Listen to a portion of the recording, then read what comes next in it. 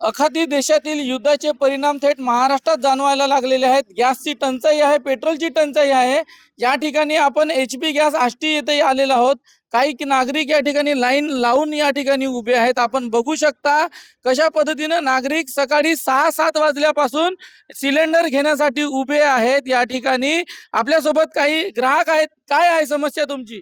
Sir आम्हाला नाही का गॅस 5 दिवसापासून नाही मिळत आहे। घरची गॅस संपलेली आहे आणि आम्ही इथे चक्रा मारत आहोत। तुमचा तिथून इश्यू नाही झालेले आहेत, आम्ही तुम्हाला देऊ कसे, अशा प्रकारचे आपल्याला वितरक बोलत आहेत। आम्ही काय करायचं, गरीब लोक, आम्ही जर अन्न शिजवलं नाही तर आम्ही जगायचं कसं? याच्यावर सरकारने नाही का दखल घ्यावी, नाही तर त्या सरकारने राजीनामा द्यावा सरळ सरळ, नाही तर सरळ पब्लिकला गॅस उत्पन्न करून द्यावे त्वरित।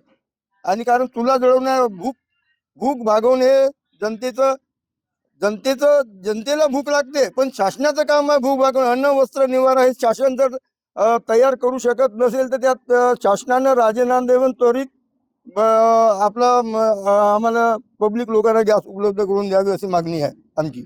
आपण बघू शकता शेतकरी होता माझ्याकडे।